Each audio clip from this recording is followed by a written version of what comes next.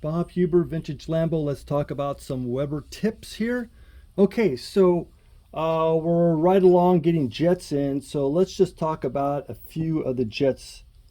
Let me just take this little guy out here. So you see I have one of the pistons for the fuel enrichment is in, and they have a little slot on them, and that little arm, so that when you turn this, it's going to push the piston up, letting fuel through this hole. You can review what I was talking about in a previous video, but essentially these pistons, if they're in good shape, they will just slide right in, no problem. If there is any problem with it, get a new one. Don't even try to straighten those out. Forget it. You have a spring here, make sure that the spring is in good shape. Put that in. Now, this is a early carburetor, let's call it that way. Later on, a few years later, they changed the setup here, but this takes these little rings right here. They go on here. A little bit of an issue could be, but we are going to solve that with my little tool that I made. So again, I hope everyone's got their lathe. So I have it here. I have it sitting in the groove a little bit there. I have a little space right there. It's almost like a little brass lock washer. And there we go.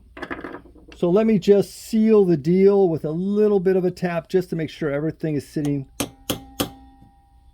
flush in there, and we are set there. Let's talk about something else. Okay, on the accelerator pump, and I'll get back to you on Friday on that because I had an issue with the rods. I'll show that separate video, but anyway, it's just inspect.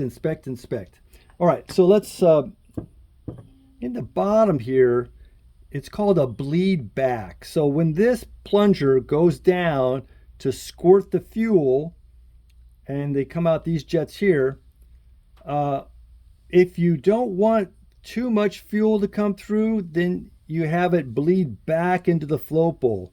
If you need additional, then this is a restricted hole in the jet so that it doesn't want to flow back. It wants to all go into the carb, into the cylinders.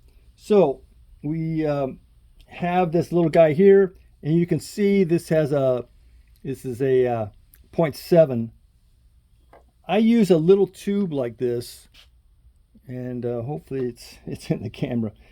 And I just put this here, and I want to start it. So if you're running the car and you want to change these out, then you can just do it in the car without a problem.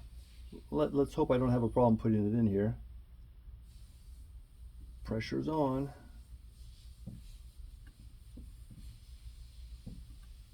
Okay, as soon as it starts to screw in some, take that out. Get your trusty screwdriver and take it on home.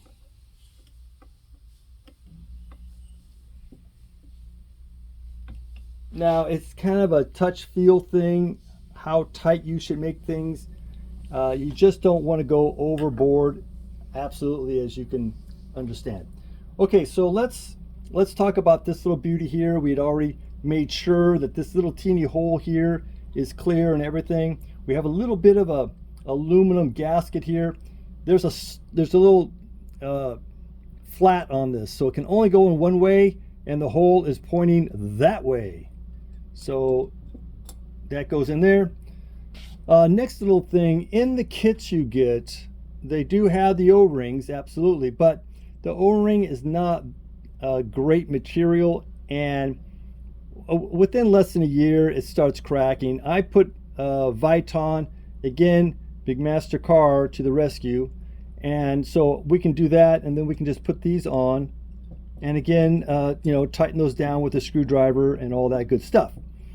Let's go. Okay, and then for the last little tip here, okay, so So we can see that we have our 29 in here, and we have our little secondary venturi in there. So there's a slot here, so it's pretty much no brainer. So you have it here, and so what we want to do is we want to put these in. Okay, bingo, down into it. Now this is the secondary air horn here, so let's put this in. Again, there's a slot there. This is a little spring in here. Make sure that it has a little spring. So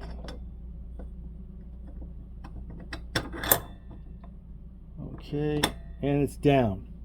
Okay, now let's take a look at the 350 parts manual for the carburetor, which shows the air horn doesn't quite look the same and all that, but it's just at the time that's what they put in here. But also there's no O-ring, and when I've taken carburetors apart that have never been apart, I find that there was a little O-ring in here. You see there's a little lip in here, right here. You see that this actually stands proud of the body just a little bit, so it can't hurt. So putting on again a McMaster Viton O-ring, I just put a little bit of silicone grease on it. So now we have a seal on this. Now we're just putting this on just to show you, but you would have the gasket on. I already went on a previous video showing you how to enlarge the hole so you don't have to throw these nice gaskets away, and put that on, because obviously the top of the bell is not gonna work out with the gasket. And then when you put them down, give it a slight little twist, and then it fits in and it seals. So I mean, we're all about minimizing fuel leaks. We don't want any fires, so that's why I'm definitely putting these O-rings on. It doesn't matter that it doesn't show it on there. It doesn't affect where this sits, because you can see it's a little bit proud here. So you just put in a little O-ring that holds everything in there, nice, sealed up well. Okay, that's it for our little Weber tips today. I hope you got something out of it. Please like and subscribe. I will see you on the next one.